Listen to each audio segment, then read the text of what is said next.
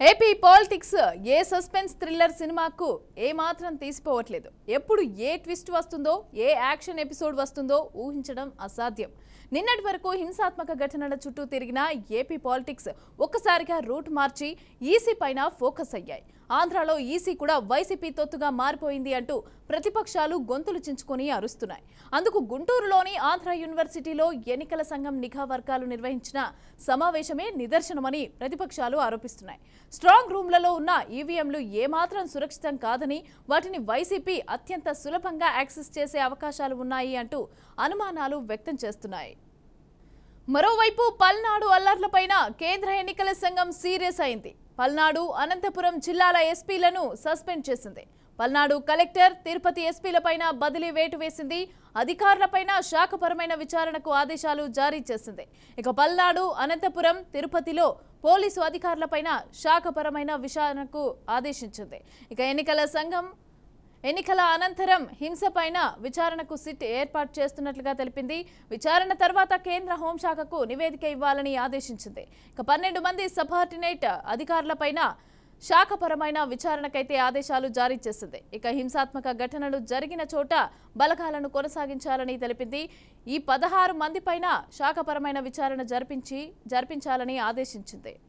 కాగా నిన్న సాయంత్రం 3 గంటల్లోగా వారిపైన ఛార్జ్ షీట్ వేయాలని ఈసీ స్పష్టం చేసింది. ఇక 60 రోజుల్లోగా విచారణ పూర్తి చేసి తదుపరి చర్యల కోసం సిఫారసులతో నివేదిక ఇవ్వాలని సూచించింది. తమ ఆమోదం లేకుండా సస్పెన్షన్ ఎత్తివేయకూడదని, శాఖపరమైన చర్యలు కూడా నిలిపివేయకూడదని పేర్కొంది. సస్పెండ్ అయిన పల్నాడు, అనంతపురం ఎస్పీలు, బదిలీ అయిన తిరుపతి ఎస్పీ, అలాగే పల్నాడు కలెక్టర్ స్థానంలో అర్హులైన ఐపీఎస్, ఐఏఎస్ అధికారుల పేర్లతో జాబితాను ఇవాళ ఉదయం 11 గంటల్లోగా పంపాలని సూచించారు. ఇక ఫలితాల అనంతరం హింస చెలరేగే అవకాశం ఉన్నందున రాష్ట్రంలో ఉన్న 25 కంపెనీల కేంద్ర సాయుధ బలగాలను కూడా ఫలితాలు వెలువడిన తర్వాత 2 వారాల వరకు కొనసాగించాలని కేంద్ర హోంశాఖను ఆదేశించింది. పోలింగ్ జరిగిన సమయంలో ఆ తర్వాత పల్నాడు, అనంతపురం, తిరుపతి జిల్లాల్లో పలు చోట్ల హింసాత్మక ఘటనలు చోటు చేసుకున్నాయి.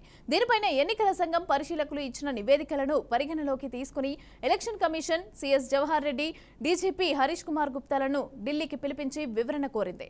రాష్ట్రంలో 14 సమస్యాత్మక అసెంబ్లీ స్థానాలను గుర్తించినా అక్కడ జరగబోయే ఘటనలను ఊహించడంలో ఎందుకు విఫలమయ్యారు, అల్లర్ల నివారణకు ముందస్తు చర్యలు ఎందుకు చేపట్టలేకపోయారు అని ఎన్నికల కమిషనర్లు వాళ్ళిద్దరినీ కూడా ప్రశ్నించి వివరాలు తీసుకున్నారు. ఇక అందుకే డీజీపీ సహా పలువురు ఐపీఎస్ అధికారులు, అలాగే డీఎస్పీ, సిఐ, ఎస్ఐ స్థాయి అధికారులను కూడా బదిలీ చేసింది. దేశంలో మరెక్కడా లేని విధంగా ఏపీలోనే చోటు చేసుకున్న ఘటనల పట్ల ఈసీ ఆగ్రహం వ్యక్తం చేశారు. రెడ్డికే ఇదే అంశానికి సంబంధించి మనతో పాటు మాట్లాడడానికి మా ప్రతినిధులు సిద్ధంగా ఉన్నారు. ఇక గుంటూరు నుంచి శ్రీనివాస్, అలాగే తిరుపతి నుంచి గోపీనాథ్, అలాగే అనంతపూర్ నుంచి రవిచంద్ర, ముగ్గురు కూడా రెడీగా ఉన్నారు. అయితే ముందుగా చెప్పండి, గుంటూరు నుంచి శ్రీనివాస్ చెప్పండి, అసలు ఏంటి ఏపీ పాలిటిక్స్ అయితే ఒక హీట్ అయితే పెంచుతున్నాయి. ఇటు చూస్తే నిన్నటి వరకు ఒక టాపిక్ నడిచింది, ఇప్పుడు వచ్చేసరికి మళ్ళీ ఈవీఎంలకు సంబంధించి భద్రత లేదు అని చెప్పి ఆపోజిషన్ పార్టీ మాట్లాడడం జరుగుతోంది. అయితే దీనికి సంబంధించి ఏ విధమైనటువంటి రెస్పాన్స్ వస్తుంది, అక్కడ ఏంటి ఒక పార్టీ చేసుకున్నారు, ఆ పార్టీని చూడడం వల్ల ఇప్పుడైతే అనిపిస్తోంది ఈవీఎంలకు భద్రత లేదు, యాక్సెస్ ఈజీగా ఉంది వైసీపీ వాళ్ళకి అని చెప్పి టీడీపీ వాళ్ళు మాట్లాడడం జరుగుతోంది. అయితే దీన్ని ఏ విధంగా చూడాలి? అమత, ఆంధ్రప్రదేశ్లో పల్నాడు అంటే ఈ రాష్ట్ర ఎన్నికల్లో ఒక చెరగని ముద్ర వేసుకున్నటువంటి పరిస్థితి ఉండడం జరిగింది. పల్నాడు జిల్లాలో ఎన్నికల తర్వాత ఇప్పటి వరకు కూడా ప్రశాంతత వాతావరణం లేకుండా పోవడం జరిగింది. పల్నాడు జిల్లా వ్యాప్తంగా కూడా గత 3 రోజుల నుంచి కూడా 144 సెక్షన్ అమలులో ఉంది. అమల్లో ఉన్న నేపథ్యంలో ఇక్కడ చూసుకున్నట్లయితే కనుక రాష్ట్ర వ్యాప్తంగా పోలీసులు భారీ బందోబస్తు ఏర్పాటు చేస్తున్నా కానీ ఎన్నికలకు ముందుగా ఆ సమస్యాత్మక ప్రాంతాలను గుర్తించిన పోలీసులు వారిలో ఆ హింసను అరికట్టడంలో విఫలమయ్యారంటూ కూడా చెబుతున్నటువంటి పరిస్థితుంది. నిన్న రాష్ట్ర డీజీపీ సిఎస్ ఢిల్లీ వెళ్లి కేంద్ర ఎన్నికల కమిషన్ కలిసిన తర్వాత ఆ హడావుడిగా అక్కడ జరిగినటువంటి పరిస్థితులను వివరించిన నేపథ్యంలో కేంద్రం సీరియస్ గా నిర్ణయం తీసుకున్నటువంటి పరిస్థితి ఉండడం జరిగింది. దరిదాపుగా 16 మంది అధికారులను ఉద్యోగుల నుంచి సస్పెండ్ చేస్తూ, కొంతమందిని బదిలీ చేస్తూ, కొంతమందిని వారి మీద వేటు వేసినటువంటి పరిస్థితి ఉంది. పల్నాడు ఎస్పీ, పల్నాడు కలెక్టర్ ఇద్దరిని కూడా ఎస్పీని సస్పెండ్ చేశారు, కలెక్టర్ను బదిలీ చేసినటువంటి పరిస్థితి కూడా ఉండడం జరిగింది. అలానే పల్నాడులో డ్యూటీ నిర్వహించినటువంటి ఆ డిఎస్పీలను ఇద్దరు సిఐలను అలానే ఇద్దరు ఎస్ఐలను కూడా మొత్తాన్ని కూడా సస్పెండ్ చేస్తూ కూడా ఉత్తర్వులు జారీ చేయడం జరిగింది. అంటే పల్నాడు జిల్లాలో నషాపేట, సత్తనపల్లి, గురజాల, మాచర్ల ఈ 4 నియోజకవర్గాలలో హింస భారీ స్థాయిలో జరగడం జరిగింది. రోడ్లపైకి వచ్చి కర్రలతో దాడులు చేసుకుంటూ బాంబులు వేస్తూ అంటే పెట్రోల్ బాంబులు, నాటు బాంబులతో బాంబులు వేస్తూ కూడా షాపులను దహనం చేయటము, అలానే బైకులు, కార్లు ధ్వంసం చేసినటువంటి ఘటనలు కూడా నమోదు కావడం జరిగింది. అయితే ఎన్నికల కంటే ముందే పల్నాడులో గురజాల, మాచర్ల, నషాపేటలను సమస్యాత్మక ప్రాంతాలుగా గుర్తించిన ఎన్నికల తర్వాత అక్కడ హింసను కట్టడి చేయడం విఫలమైన నేపథ్యంలోనే వీరిపై చర్యలు తీసుకోవడానికి సిద్ధం కావడం జరిగింది. ముఖ్యంగా చూసినట్లయితే గనక మాచర్ల, గురజాల, నషాపేటలో ఇప్పటికీ కూడా ఒక కర్ఫ్యూ వాతావరణం కొనసాగుతుంది. గుంటూరు జిల్లా వ్యాప్తంగా 144 సెక్షన్ అంటే పల్నాడు జిల్లా వ్యాప్తంగా 144 సెక్షన్ అమల్లో ఉన్నా కానీ అక్కడక్కడ పాల బూతులు, అక్కడక్కడ మెడికల్ షాపులు తెరుస్తున్నా మిగిలిన ప్రాంతాల్లో నషాపేట, సత్తనపల్లి, మాచర్ల ప్రాంతాల్లో అత్యవసర విభాగాలు తప్ప మిగిలినవి ఏవి తెరిసే పరిస్థితి లేకుండా ఉండటం జరిగింది. పోలీసులు భారీ బందోబస్తు ఏర్పాటు చేస్తున్నారు. తప్పనిసరిగా జనానికి ఇబ్బంది కలగకుండా ఉండే విధంగా కూడా చర్యలు చేపడుతున్నటువంటి పరిస్థితి కూడా ఉండటం జరిగింది. అయితే ఈరోజు గురజాల పట్టణంలోను, దాచేపల్లిలోను, పిడిగిరాళ్ళ, నషాపేట, మాచర్ల ఈ పట్టణాల్లో చూసినట్లయితే గనక ఎక్కడికక్కడికి లోన భయం కనిపిస్తున్నటువంటి పరిస్థితి ఉండడం జరిగింది. ఎన్నికల్లో ఎవరు గెలిచినా కానీ మరలా విధ్వంసాలు ప్రారంభమవుతాయంటూ చెబుతున్నటువంటి నేపథ్యంలో అసలు ఎప్పటి వరకు ఇటువంటి 144 సెక్షన్ వాతావరణం ఉంటుంది, ఏ పార్టీ గెలిస్తే ఎలా ఉంటుంది అనేది భయపడుతున్నటువంటి పరిస్థితి ఉండడం జరిగింది. అయితే నిన్న కేంద్ర ఇంటెలిజెన్స్ నివేదిక ఇచ్చిన తర్వాత జూన్ 4 తర్వాత కూడా మరలా పల్నాడులో ఇబ్బందులైన పరిస్థితులు ఏర్పడతాయి, కేంద్ర బలగాలు పంపాలని ఆదేశించిన నేపథ్యంలో అసలు ఇక్కడ ఏం జరుగుతుంది, కేంద్ర బలగాలు పంపాల్సినటువంటి అవసరం ఎందుకు వచ్చింది, ఏ పార్టీ గెలిచినా ఎవరు గెలిచినా కానీ ఎందుకు ఆధిపత్య పోరు జరుగుతున్నాయంటూ కూడా ప్రతి ఒక్కరూ సామాన్యులు చర్చించినటువంటి పరిస్థితి ఉండడం జరిగింది. ప్రస్తుతం పల్నాడు జిల్లా వ్యాప్తంగా 144 సెక్షన్ అమల్లో ఉన్నది. పోలీసు అధికారులు ఎలక్షన్కి సంబంధించినటువంటి ఎవరైతే డ్యూటీలు చేశారో వారిపై చర్యలు కూడా తీసుకోవడం జరిగింది. ఈ రోజు ఉదయం 11 గంటలకల్లా కలెక్టరు, ఎస్పీ అలానే డిఎస్పీ స్థానాలలో అర్హులైన వారిని నియమించాలంటూ కూడా కేంద్ర ఎన్నికల కమిషన్ చూడడం జరిగింది. ఆ వైపు ప్రభుత్వం చర్యలు చేపడటం జరిగింది. అయితే ప్రధానంగా చూసినట్లయితే కనుక నిన్న పిడిగిరాళ్ళ అంటే గురజాల నియోజకవర్గం పిడిగిరాళ్ళ సమీపంలో పిన్నెల్లి అలానే దాచేపల్లి, సత్తనపల్లి దగ్గర ఉన్నటువంటి మాదల ఈ గ్రామాల్లో పెట్రోల్ బాంబులు స్వాధీనం చేసుకోవడం కలకలం లేపుతుంది. ఈ బాంబులు స్వాధీనం చేసుకోవడం వల్ల ఈ బాంబులు గనక పట్టుకోకపోతే ఎటువంటి ఉపద్రవం ముంచుకొచ్చేది, ఎటువంటి దాడులు జరిగాయి, ఎటువంటి ఇబ్బంది జరిగేది అనేది కూడా ప్రతి ఒక్కరు చర్చించుకుని వస్తుంది. ఇప్పటికీ పల్నాడులో ఉన్నటువంటి ప్రధాన ప్రాంతాల్లో పోలీసులు కార్డన్ చర్చ నిర్వహించి ఇంకా ఇళ్లలో సోదాలు చేసి ఎక్కడైతే మారణాయుధాలు ఉంటున్నాయో, ఎక్కడైతే బాంబులు దొరుకుతాయో వాటన్నిటిని వెలికి తీయాలంటూ కూడా కోరుతున్నటువంటి పరిస్థితి. అలానే సస్పెండ్ అయిన ఉద్యోగులు ఎవరైతే ఉన్నారో, ఎస్పీ, కలెక్టర్ ఇలా బదిలైన వారు ఎవరైతే ఉన్నారో వారి స్థానంలో సరైన అధికారులు నియమించి రానున్న రోజుల్లో పల్నాడులో ప్రశాంతమైనటువంటి వాతావరణం ఏర్పాటయ్యే విధంగా చూడాలంటూ కూడా కోరుతున్నారు. అలానే ఈవీఎంలకు భద్రత లేదంటూ చెబుతున్న నేపథ్యంలో అక్కడ ప్రతిష్టమైనటువంటి భద్రత ఏర్పాటు చేసి రాజకీయ ఆరోపణలు పట్టించుకోకుండా ఎన్నికల్లో ఎలా అయితే పోలింగ్ జరిగిందో అలానే కౌంటింగ్ కూడా సజావుగా జరిగే విధంగా చర్యలు చేపట్టాలి. అదే విధంగా చూసుకున్నట్లయితే కనుక రాజకీయ పార్టీ నేతలను గృహ నిర్బంధం చేస్తున్నటువంటి పరిస్థితి ఏదైతే ఉందో ఆ విధంగానే కొనసాగించాలి. ఎక్కడికక్కడ ఇప్పుడు మాచర్ల, గురజాల, నషాపేట, గుంటూరు ఈ ప్రాంతాల్లో చూసినట్లయితే కనుక ఎక్కువ మంది రాజకీయ నేతలను హౌస్ అరెస్ట్ల పేరుతోటి ఇంటికే పరిమితం చేయడం జరిగింది. అలా చేయటం వల్ల వారి యొక్క అనుచరులు కానీ వాళ్ళు కానీ దాడులకి వాళ్ళ అనుచరులు ఇటువంటి బయట పరిస్థితులకు వెళ్లకుండా ఆపే అవకాశం ఉంటుంది. కాబట్టి తప్పనిసరిగా అధికారులు చేస్తున్నటువంటి చర్యలను సత్ఫలితాన్ని ఇవ్వాలి. పల్నాడులో ప్రశాంతమైనటువంటి వాతావరణం రావాలి. అలానే ఎన్నికల కౌంటింగ్ తర్వాత కూడా పల్నాడులో ఎటువంటి హింస ప్రేరేపించకుండా ఉండే విధంగా కూడా చర్యలు చేపట్టాలని కోరుతున్నారు. అలాగే ఇప్పుడు 2 రోజుల్లో నివేదిక ఇవ్వాలి అనేసి చెప్పి ఈసీ కూడా చెప్పడం జరిగింది. అయితే దీనికి సంబంధించి మరి ఈసీకి వీళ్ళు ఏ విధమైనటువంటి నివేదిక సమర్పించే అవకాశం ఉందంటారు? అంటే 2 రోజుల్లో కీలకమైనటువంటి నివేదిక ఇవ్వాలంటే అసలు అధికారులు వీళ్ళు పోషించినటువంటి పాత్ర ఏంటి, వీళ్ళు అధికారులు ఎవరితోనైనా కుమ్మక్కయ్యారు, ఈ అధికారులు ఏదైనా ఉదాసీనత ఉండాలా, సమస్యాత్మక గ్రామాలుగా చెప్పినటువంటి సమస్యాత్మక ప్రాంతాలు చెప్పినా కానీ అక్కడ ఎందుకు బందోబస్తు పెట్టలేదు, ఎందుకు ఈవీఎం ధ్వంసం చేయడానికి కారణమయ్యారు, అసలు దీనికి లీడ్ చేసింది ఎవరు, ఏ ఉన్నత స్థాయి అధికారి వీరిని కంట్రోల్ చేయలేకపోయారు ఏంటి అనే విషయాలు, అలానే వీరు ఏ పార్టీతోన భాగస్వామ్యం అయ్యారా, ఏ పార్టీతోనే వీళ్ళు మిక్స్డ్ అయ్యారా అనే కోణంలో కూడా విచారణ జరుగుతున్నటువంటి పరిస్థితి. తప్పనిసరిగా 2 రోజుల్లో జిల్లాలో పూర్తి స్థాయి నివేదిక వస్తే గనక ఇప్పుడు సస్పెండ్ అయిన అధికారులపై తీవ్రమైనటువంటి చర్యలు ఉండే అవకాశం ఉంది. వారిపై కూడా కేసులు నమోదు చేసే అవకాశం కూడా కనపడుతుంది. అయితే కేవలం ఉద్యోగులను ఎస్పీని కలెక్టర్ని ఇలా బదిలీ చేయడమే కాకుండా ఇద్దరు ఎస్ఐలు, ఇద్దరు సిఐలు, ఇద్దరు డిఎస్పీలను సస్పెండ్ చేసినటువంటి పరిస్థితి ఉందో వారి పాత్ర ఎంత ఉంది, ఎక్కడైతే సమస్యాత్మక ప్రాంతం గుర్తించారో అక్కడ ఎందుకు అదనపు బందోబస్తు పెట్టకుండా ఉన్నారు, ఎందుకు కాలయాపన చేశారు, ఎందుకు గొడవలు జరగడానికి కారణమయ్యారు, అలానే తంగిడ గ్రామం తగలబడిపోవడానికి కారణం ఎలా అయింది, పెద్ద గణేశ్వరపాడులో అదే కొత్త గణేశ్వరపాడులో చూస్తుంటే కనుక రాజకీయ నాయకుల మీద దాడులకు ఎందుకు సిద్ధపడ్డారు, రోడ్ల మీద బహిరంగంగా ప్రజాస్వామ్యాన్ని కూలీ చేసే విధంగా రాడ్లు కర్రలు తీసుకొని ఎందుకు బయటకు వచ్చారు, అలానే సత్తనపల్లి ప్రాంతంలో చూస్తే కనుక రోడ్ల నిండా రాళ్లు విసిరి కన్నా వాహనాన్ని ధ్వంసం చేసినటువంటి పరిస్థితి ఏదైతే ఉందో అలాంటి అన్నిటి కూడా పూర్తి స్థాయి నివేదిక లభించిన తర్వాత ఆ అధికారుల మీద మరలా చర్యలు ఉంటాయి, కేసులు నమోదవుతాయి, కఠినమైనటువంటి చర్యలు ఉంటాయంటూ కూడా చెబుతున్నటువంటి పరిస్థితి ఉంది. అయితే పల్నాడు జిల్లాలో రాష్ట్రంలో కనీ విని ఎరగని రీతిలో విధ్వంసం జరగటము, ఆందోళన చేసినటువంటి పరిస్థితి ఇప్పటికీ ప్రశాంత వాతావరణం లేకుండా ఉన్నటువంటి నేపథ్యంలో ఈ 144 సెక్షన్ కొనసాగటమే కాకుండా అధికారులు సరైన వారిని నియమించి రానున్న రోజుల్లో శాంతి భద్రతలు పరిరక్షించాలంటున్నటువంటి పరిస్థితి కనుక ఉంది.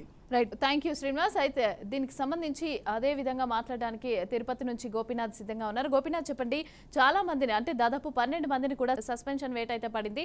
అయితే దీనికి సంబంధించి ఈ రోజు 11 గంటల లోపు అయితే ఎవరినైతే నియమించాలో ఆ వివరాలు ఇవ్వాలి అనేసి అని చెప్పని అన్నారు. అయితే ఎవరుండే అవకాశం ఉందంటారు? మమత, మొత్తం మీద రాష్ట్ర వ్యాప్తంగా మొత్తం 4 నియోజకవర్గాల్లో పెద్ద ఎత్తున అంటే ఎన్నికల సమయం అంటే ఎన్నికల పోలింగ్ తర్వాత ఘర్షణలు జరిగాయి. సహజంగా ఏంటంటే ప్రతి ఎలక్షన్స్లో కూడా ఎన్నికలకు సంబంధించి అంటే పోలింగ్ రోజు ఉదయం నుంచి మధ్యాహ్నం వరకు ఒక పోలింగ్ ప్రక్రియ కొనసాగితే దాని తర్వాత మధ్యాహ్నం నుంచి కూడా రకరకాల దొంగ ఓట్లు వేసుకోవడానికి ఇలాంటి రిగ్గింగ్లు జరపడానికి ఇట్లా రకరకాల అంశాల మీద గొడవలు చేసుకుంటూ ఉంటారు. అయితే ఇప్పుడు జరిగినటువంటి పరిణామాలు ఎలక్షన్ కమిషన్ కూడా చాలా సీరియస్ అవ్వడానికి గల కారణాలు ఏంటంటే ప్రశాంతంగా అంటే చిన్న చిన్న ఘటనలు తప్ప ప్రశాంతంగా సాయంత్రం 6 గంటల వరకు కూడా ఎన్నికల ప్రక్రియ కొనసాగించిన తర్వాత 6 గంటల నుంచి ఎందుకు ఇంత స్థాయిలో హింస చెలరేగింది, ఎందుకు ఊర్లు తగలబడిపోయాయి, ఎందుకంటే ఆ స్థాయిలో హింస రావడానికి కారణాలు ఏంటి, అధికారులు పట్టించుకోకుండా పోవడం కారణమా, లేదంటే ఉద్దేశపూర్వకంగానే నిర్లక్ష్యంగా ఉన్నారా, ఇట్లా రకరకాల అనుమానాలు ప్రజల్లో ఉన్నాయి. ఇందులో భాగంగా మనం ఒకసారి చూస్తే చంద్రగిరికి సంబంధించి నియోజకవర్గానికి సంబంధించి ఉదయం నుంచి కూడా సాయంత్రం వరకు కూడా కొన్ని చిన్న చిన్న ఘటనలు తప్ప ఎంతో ప్రశాంతంగా జరిగినటువంటి ఎన్నికలకు సంబంధించి పోలింగ్ ప్రక్రియ ఓటర్లందరూ కూడా ప్రశాంతంగా వచ్చి ఓట్లు వేసుకొని వాళ్ళకి ఇష్టమైన అభ్యర్థిని గెలిపించుకోవడానికి వచ్చి క్యూ లైన్లో ఉండి నానా ఇబ్బందులు పడి ఓట్లు వేసుకొని వెళ్ళడం జరిగింది. అయితే 6 గంటల తర్వాత జరిగినటువంటి హింస చాలా దారుణంగా మనం చెప్పుకోవచ్చు.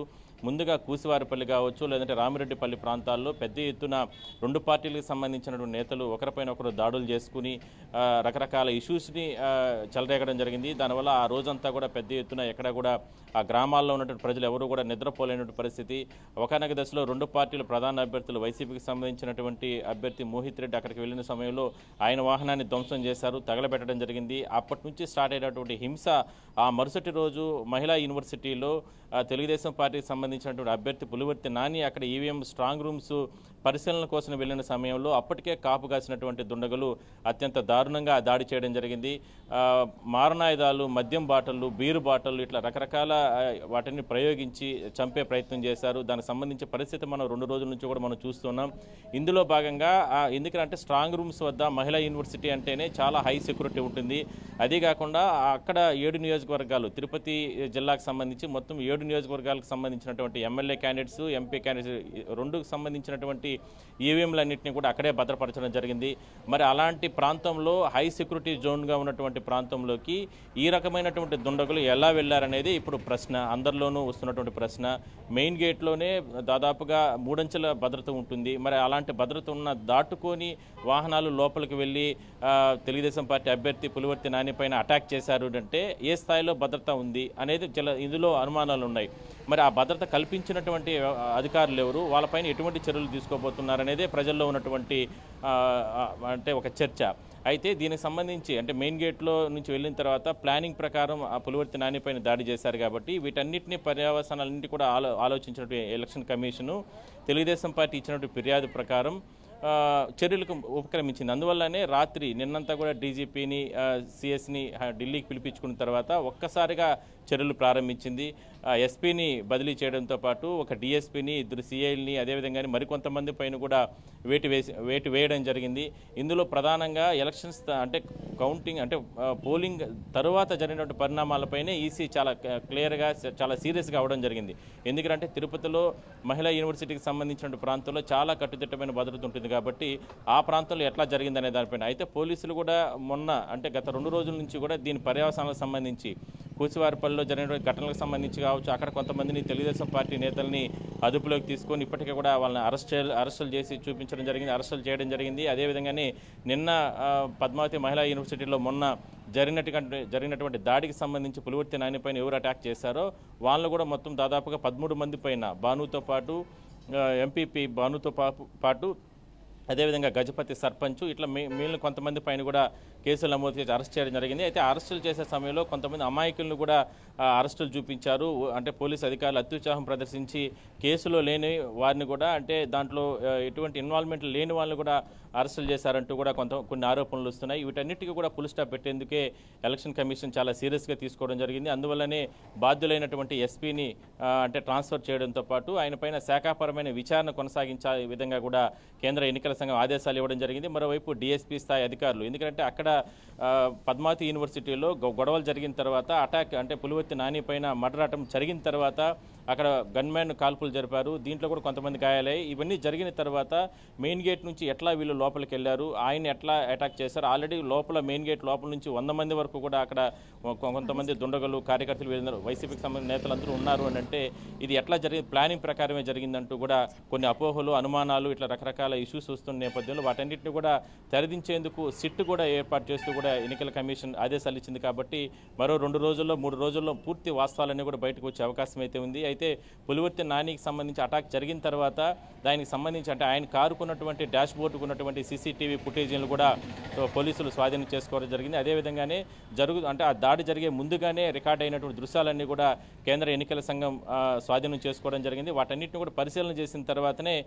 ఎస్పీ పైన బదిలీ వేటు వేయడం, మరోవైపు ఆయన పైన శాఖాపరమైన చర్యలు తీసుకునే రకంగా ఆదేశాలు ఇవ్వడం, మరోవైపు డిఎస్పీ అక్కడ భద్రతలో ఉన్నటువంటి డిఎస్పీ స్థాయి అధికారిని కావచ్చు లేదంటే మరో 2 సిఐల్ని బదిలీ చేయడం, వాళ్ళపైన కూడా సస్పెన్షన్ వేటు వేయడం, మరికొన్ని చర్యలు తీసుకునే విధంగా కూడా ముందుకెళ్ళడం. అయితే దాడి జరిగిన తర్వాత మహిళా యూనివర్సిటీ ముందర వందలాది మంది తెలుగుదేశం పార్టీకి సంబంధించినటువంటి కార్యకర్తలు వచ్చిన సమయంలో అక్కడ వాళ్ళపైన కూడా లాఠీ చార్జీ చేసి మరింత హింస చెలరేగడానికి కారణాలు కొంతమంది పోలీసులు అయ్యారనేటువంటి అభియోగాలు ఉన్నాయి. అందువల్లనే ఆ లాఠీ చార్జ్ చేసిన సమయంలో కొంతమంది తెలుగుదేశం పార్టీకి సంబంధించిన నేతలు 2 ద్విచక్ర వాహనాలు కూడా అక్కడే స్పాట్లో తగలబెట్టడం జరిగింది. మరి ఇంత స్థాయిలో హింస ఎందుకు చెలరేగింది అనేదే ఇప్పుడు అందరిలో ఉన్నటువంటి ప్రశ్న. దానివల్లనే దానికి సమాధానాలు చెప్పే విధంగానే ఇవాళ కేంద్ర ఎన్నికల సంఘం సిట్ను ఏర్పాటు చేస్తూ కూడా మొత్తం 48 గంటల్లో అంటే 2 రోజుల లోపల పూర్తి స్థాయిలో విచారణ జరిపి ఈ 4 ప్రాంతాల్లో తాడిపత్రి కావచ్చు లేదంటే రాయలసీమ జిల్లాల్లో తాడిపత్రిలో చాలా హింస చెలరేగింది, తాడిపత్రితో పాటు చంద్రగిరి చాలా దారుణంగా జరిగింది. కాబట్టి వీటిపైన పూర్తి స్థాయిలో విచారణ జరపాలనేదే ప్రధానంగా కేంద్ర ఎన్నికల సంఘం ఆదేశాలు ఇచ్చినటువంటి పరిస్థితి. అయితే ఇందులో ఇప్పటికే 2 పార్టీలకు సంబంధించి కూసివారిపల్లిలో అంటే పోలింగ్ రోజు కూసివారిపల్లిలో జరిగినటువంటి ఘటనలకు సంబంధించి చెవిరెడ్డి మోహిత్ రెడ్డి అక్కడ పోలీస్ స్టేషన్లో ఫిర్యాదు ఇస్తే దానికి సంబంధించి ఇప్పటికే 30 నుంచి 40 మందికి ఎందుకంటే ఆయన వాహనాలు ధ్వంసం చేశారు, తగలబెట్టడం జరిగింది.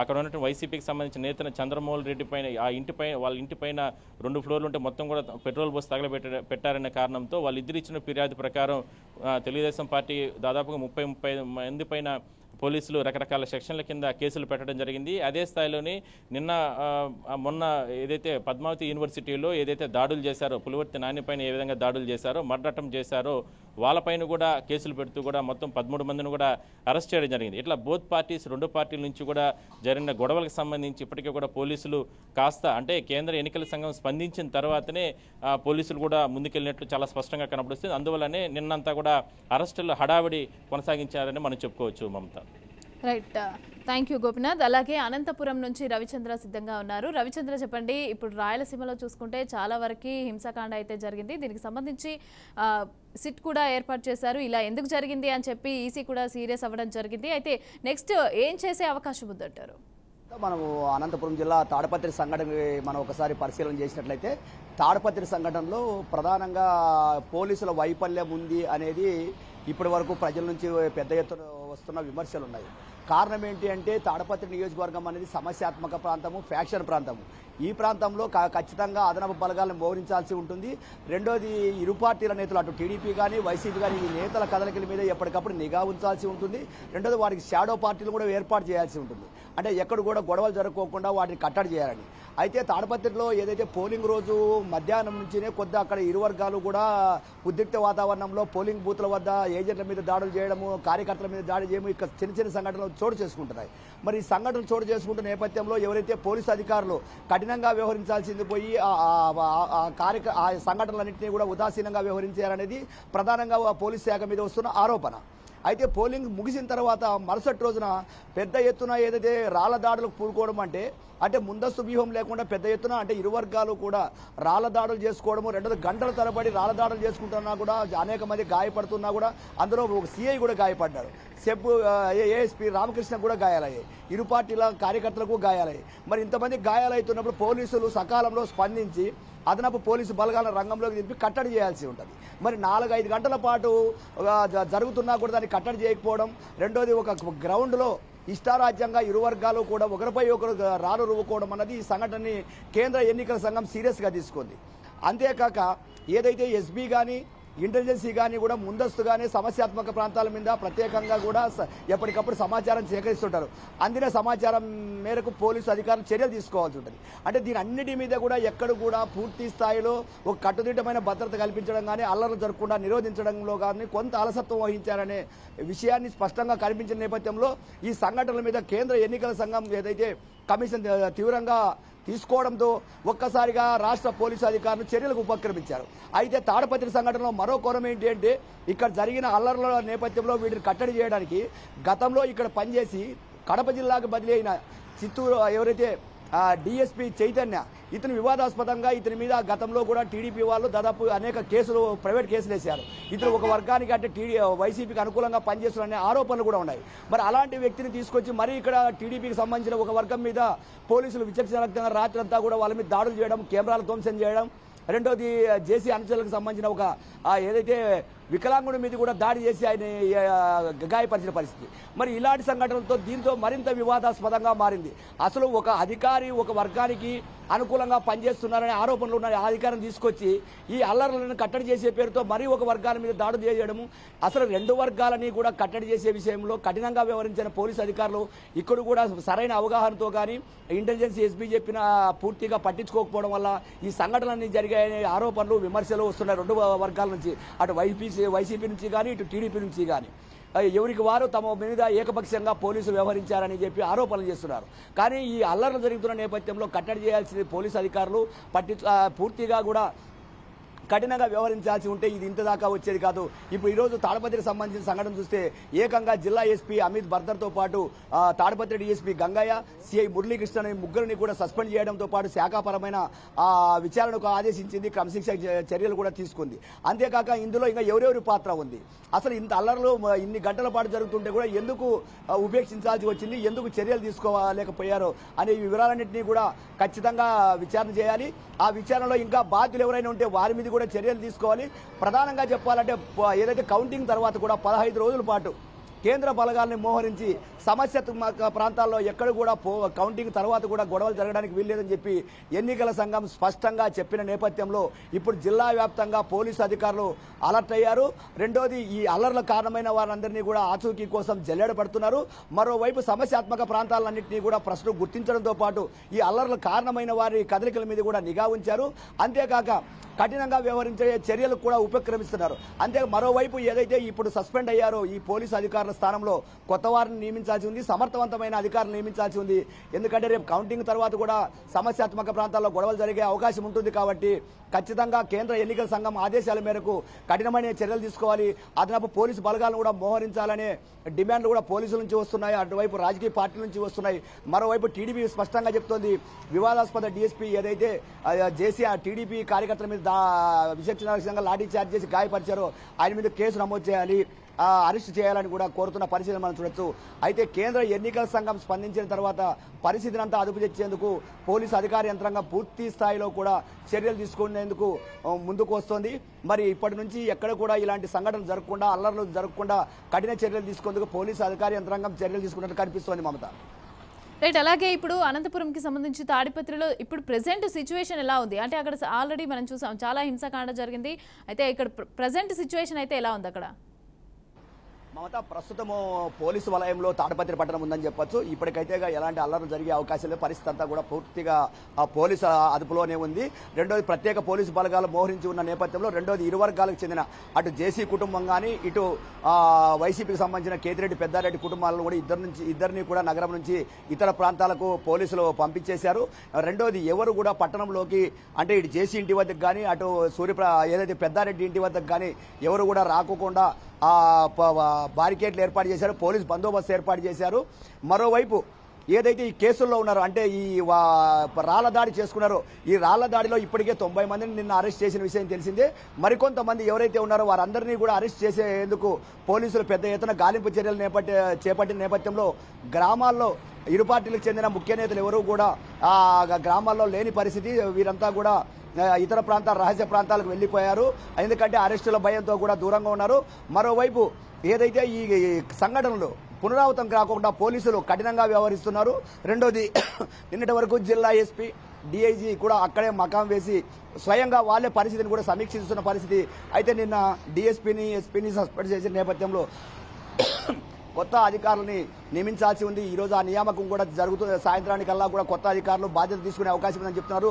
సమర్థవంతమైన అధికారులని నియమించడం ద్వారా కౌంటింగ్ తర్వాత కూడా ఎలాంటి అల్లర్లు కానీ గొడవలు కానీ జరగకుండా, ప్రతీకారాలు జరగకుండా, హింసకు అవకాశం లేకోకుండా కఠిన చర్యలు తీసుకునే విధంగా సమర్థవంతమైన అధికారులు నియమించేందుకు చర్యలు తీసుకుంటుంది మమత.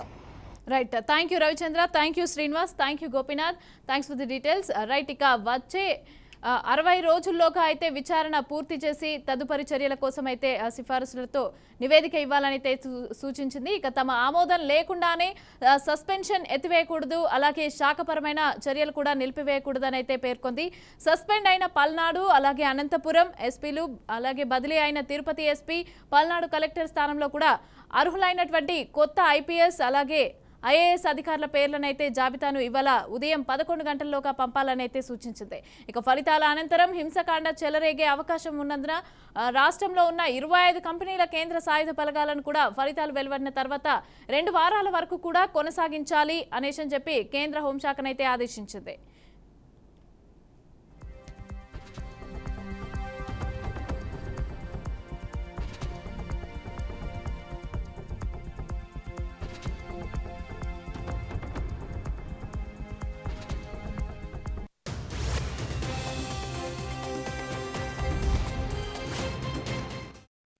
పోలింగ్ జరిగిన సమయంలో ఆ తర్వాత పల్నాడు, అనంతపురం, తిరుపతి జిల్లాల్లో పలు చోట్ల హింసాత్మక ఘటనలు చోటు చేసుకున్నాయి. దీనిపైన ఎన్నికల సంఘం పరిశీలకులు ఇచ్చిన నివేదికలను పరిగణలోకి తీసుకుని election commission CS Jawahar Reddy, DGP Harish Kumar గుప్తాలను ఢిల్లీకి పిలిపించి వివరణ కోరింది. ఇక రాష్ట్రంలో 14 సమస్యాత్మక అసెంబ్లీ స్థానాలనైతే గుర్తించినా అక్కడ జరగబోయే ఘటనలను ఊహించడంలో ఎందుకు విఫలమయ్యారు, అలాగే అల్లర్ల నివారణకు ముందస్తు చర్యలు ఎందుకు చేపట్టలేకపోయారు అని ఎన్నికల కమిషనర్లు అయితే వారిద్దరిని ప్రశ్నించడం జరిగింది. అయితే ప్రశ్నించి వారి దగ్గర నుంచి వివరాలను కూడా తీసుకున్నారు. అందుకే డీజీపీ సహా పలువురు ఐపీఎస్ అలాగే డిఎస్పీ, సిఐ, ఎస్ఐ స్థాయి అధికారులందరినీ కూడా బదిలీ చేసింది. ఇక దేశంలో మరెక్కడా లేని విధంగా ఏపీలోనే ఈ విధమైనటువంటి ఘటనలు చోటు చేసుకోవడానికి సంబంధించి ఈసీ అయితే ఆగ్రహం వ్యక్తం చేస్తుంది.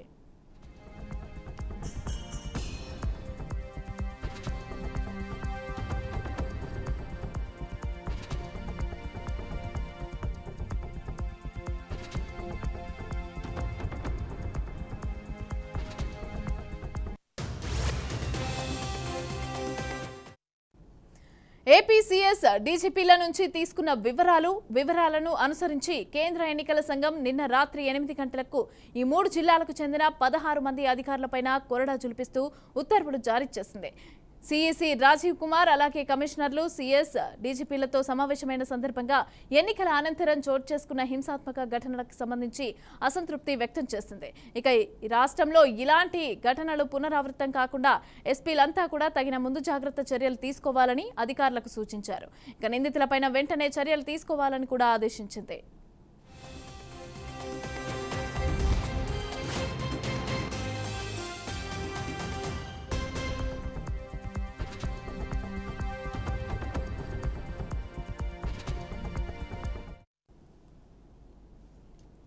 మరోవైపు ఏపీలో ఎన్నికల తర్వాత మొదలైన గొడవల టెన్షన్ కొనసాగుతూనే ఉంది. పరిస్థితి నివురు కప్పిన నిప్పులాగా ఉండటంతో పోలీసులు అలర్ట్గా ఉన్నారు. ఇక నుంచి ఎలాంటి అల్లర్లు గొడవలు జరగకుండా భద్రతను కట్టుదిట్టం చేశారు. కడప జిల్లా జమ్మలమడుగులో పోలీస్ పికెట్ కొనసాగుతూ ఉండగా 144 సెక్షన్ కూడా అమలు చేస్తున్నారు. ఇక వైసీపీ ఎమ్మెల్యే అభ్యర్థి సుధీర్ రెడ్డితో పాటుగా కూటమి అభ్యర్థి ఆదినారాయణ రెడ్డిని కూడా హౌస్ అరెస్టు చేశారు. భద్రత మరింత పెంచారు. ఇక దేవగుడిలో ఆదినారాయణ రెడ్డి సోదరులు ఇళ్ల వద్ద కూడా పోలీసులు మోహరించారు. కొంత వారిని అనుమతించడం లేదు, కొత్త వారిని కూడా ఎవరిని కూడా అక్కడికి అనుమతించడం లేదు. ఇక ఆక్టోపస్ ఎస్పీ ఆధ్వర్యంలో భద్రతా చర్యలనైతే పర్యవేక్షిస్తున్నారు. సుధీర్ రెడ్డిని మరో ప్రాంతానికి తరలించారు.